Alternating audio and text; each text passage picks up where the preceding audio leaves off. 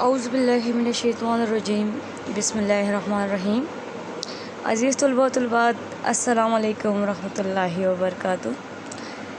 The nation school and college کی طرف سے ایک بار پھر تمام طلبات کو خوش آمدید۔ ڈیئر اسٹوڈنٹ، آج ہم 7 کلاس کی کتاب سبق نمبر 1 وہی خدا ہے، سبق نمبر 2 مکہ سے ہجرت، یہ ہم پڑھ چکے ہیں اور ساتھ میں نے کچھ گرامر پڑھایا ہے۔ امید کرتی ہوں کہ تمام بچوں نے خوش خط کاپی پہ کام لکھا ہوگا۔ آج سبق نمبر 3 شہد کا انصاف، صفحہ نمبر 12 کھولیں تمام طلباء و طالبات۔ انشاءاللہ آج ہم پڑھیں گے، یہ ایک دلچسپ کہانی ہے جس سے ہمیں ایمانداری کی اہمیت کا اندازہ ہوتا ہے۔ ہمارا آج کا سبق ایک کہانی کی شکل میں ہے جس سے ہمیں ایمانداری اور دانائی کے بارے میں بتایا گیا ہے۔ سب بچے کتاب کا صفحہ نمبر 12 کھولیں اور اللہ کا نام لے کر شروع کریں۔ سب سے پہلے مشکل الفاظ کی طرف دیکھیں، انڈر لائنڈ کی ہوئی ہیں میں نے۔ کفایت بچت کرنا، اشرفی سونے کا سکہ جو پہلے چلتا تھا، جمع پونجی جمع کی ہوئی رقم، جوہری سونے کا کاروبار کرنے والا شخص، مشکیزہ چھوٹی مشق، انڈیلنا ڈالنا گرانا۔ دوسری صفحہ نمبر 13 پر دیکھیں، انڈر لائن کیوں ہیں، لبالب کناروں تک بھرنا، سٹپٹایا پریشان ہوا۔ کان نہ دارا یعنی کسی نے توجہ نہ دی، توجہ نہ کرنا، پیچیدہ مشکل، آرٹ آر یا پردہ، طبیب علاج کرنے والا شخص، دانائی عقل مندی، قاضی جج انصاف کرنے والا، خیانت بے ایمانی، نیلام بولی دے کر بیچنا، عہدہ ذمہ داری، اور لاسٹ میں دیکھیں لیاقت یعنی ذہانت اور قابلیت۔ ٹھیک ہے جی۔ ڈیئر اسٹوڈنٹس،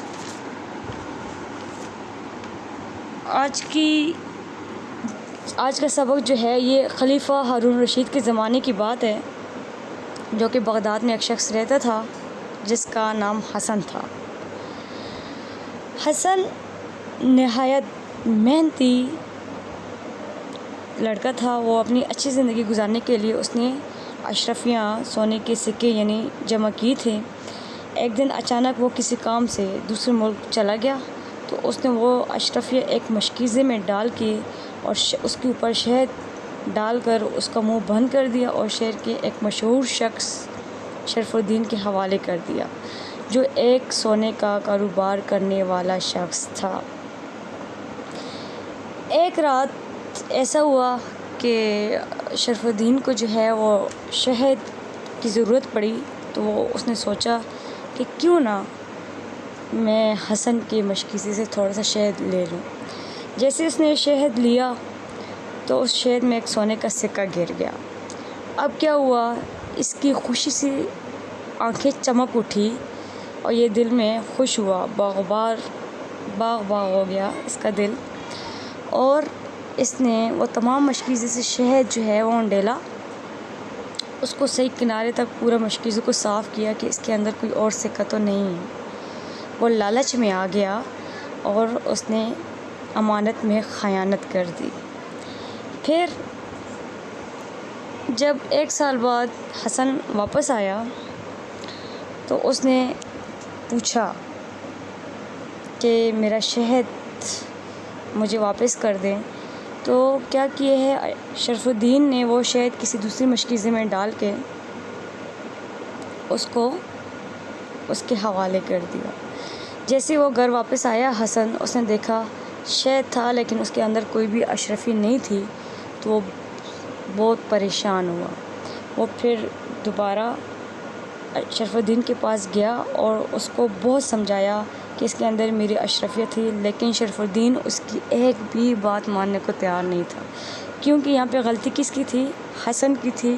حسن نے شرف الدین کو بتایا ہی نہیں تھا کہ اس کے اندر اشرفیاں بھی ہیں، اور شرف الدین منکر ہو گیا، وہ لالچ میں آ گیا، تو وہ اپنے بات پہ ڈٹ گیا کہ اس میں کوئی بھی اشرفی موجود نہیں تھی۔ اب حسن پریشان حال میں اپنے گاؤں اور شہر کے بڑے بڑے لوگوں کے پاس چلا گیا، کوتوال کے پاس چلا گیا، جج کے پاس چلا گیا، بہت بڑے بڑے عقل مندوں کے پاس گیا، لیکن کوئی بھی اس کی بات توجہ سے سننے کے لیے تیار نہ تھا۔ ایک دن ایسا ہوا کہ قاضی جو تھا وہ اپنا یہ جو کہانی ہے اپنا قاضی کے پاس لے گیا، ٹھیک ہے، اپنا مقدمہ۔ تو قاضی کو حسن کی بات پہ یقین آ گیا کہ حسن سچ بول رہا ہے۔ اب اس نے کیا کیا، اس نے بہت سچائی کی کوشش کی۔ تو ایک دن ایک لڑکا حسن بن گیا تھا اور دوسرا شرف الدین بن گیا تھا، تو ایک ڈرامہ کرنے لگے ہیں۔ ڈرامہ کرنے میں اس لڑکے کی دانائی یہاں پہ کام آ گئی کہ اس نے جب لاسٹ میں یہ بات کی کہ جائیں اور مشکیزہ لے کے آئیں، اس نے شہد جو ہے وہ چکھا تو وہ شہد بالکل تازہ تھا۔ ظاہر 1 سال پہلے جو شہد تھا اس میں اور تازہ شہد میں تھوڑا بہت ذائقے میں فرق آ جاتا ہے۔ تو اس نے کہا یہ تو تازہ ہے، اس کا مطلب ہے کہ یہ شرف الدین نے دوسرا شہد ڈال کے اس میں ڈالا ہے، اس کا حسن کا اپنا شہد اس میں نہیں تھا۔ اس بات سے اس لڑکے نے فیصلہ کیا۔ تو قاضی یہ سارا معجزہ جو تھا وہ دیکھ رہا تھا، اور پھر اس نے اپنے غلام کو بھیجا کہ جائیں اور اس بچے کو لے آئیں۔ پھر اس بچے کو وہ لے آیا، قاضی کی سیٹ پر بٹھا دیا، اور اس نے جو ہے ان دونوں کے مقدمے کا فیصلہ کیا۔ تو یہ مقدمہ حسن جو ہے وہ جیت گیا، اور اس کو اس طرح اس کا حق میں جو ہے انصاف کا فیصلہ ہوا۔ وہ بچہ جو ہے وہ بڑا عقل مند تھا، اور خلیفہ ہارون رشید اس بچے سے بہت متاثر ہوا، اور اس کو بہت بڑے بڑے انعام کے ساتھ ماہانہ وظیفہ بھی اس کو دیے گئے ہیں۔ تو ڈیئر اسٹوڈنٹس، یہاں پہ ایک تو حکمران جس کے پاس آپ کوئی چیز رکھتے ہیں تو آپ پہلے جانچ بین کریں کہ آیا یہ ایماندار ہے یا نہیں ہے، ٹھیک ہے۔ دوسری، آپ مطلب جو چیز آپ رکھتے ہیں تو باقاعدہ دوسروں کو بھی بتایا کریں کہ یہ ہے، ٹھیک ہے۔ ہر چیز آپ نے جب دوسرے کے پاس، اب حسن نے شہد رکھا تو ہے لیکن اس میں اس نے اشرفی کو نہیں بتایا، تو اس میں وہاں پہ اس کی بھی غلطی آ رہی تھی، ٹھیک ہے۔ اور تیسری بات یہ ہے کہ دانائی کے لیے عمر کی ضرورت نہیں ہوتی، کبھی کبھی چھوٹوں کی بات میں بھی اتنا وزن ہوتا ہے، بڑوں کے ذہن میں وہ بات ہی نہیں ہوتی جتنی چھوٹے بھی عقل مندی کی بات کر جاتے ہیں۔ تو بڑوں کو بھی چاہیے کہ وہ چھوٹوں کی باتوں کو بھی توجہ سے سنا کریں۔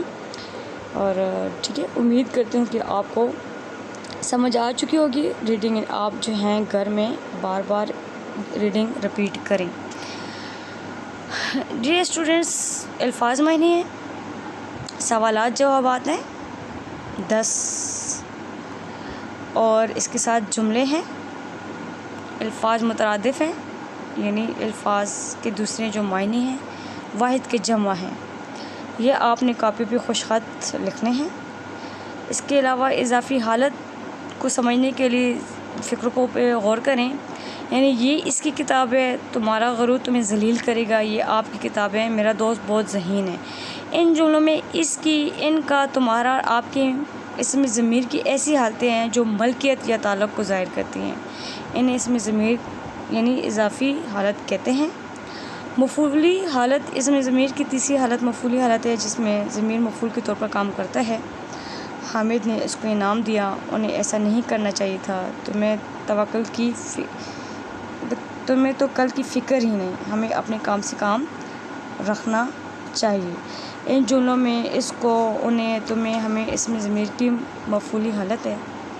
ڈیئر اسٹوڈنٹ، صفحہ نمبر 19 پہ اس طرح کے اور بھی آپ کو فعلی اور مفعولی اسم ضمیر اور مفعول کی جو ہیں خالی جگہ دی گئی ہیں، تو آپ نے کتاب میں سے دیکھیں اور اس کو پر کریں، ڈھونڈیں خود، ٹھیک ہے۔ اس کے علاوہ خیانت کے نقصانات جو ہیں، کوئی بھی 5 سے نقصانات لکھیں۔ امید کرتی ہوں کہ بچوں کو سمجھ آ چکی ہوگی۔ اللہ حافظ۔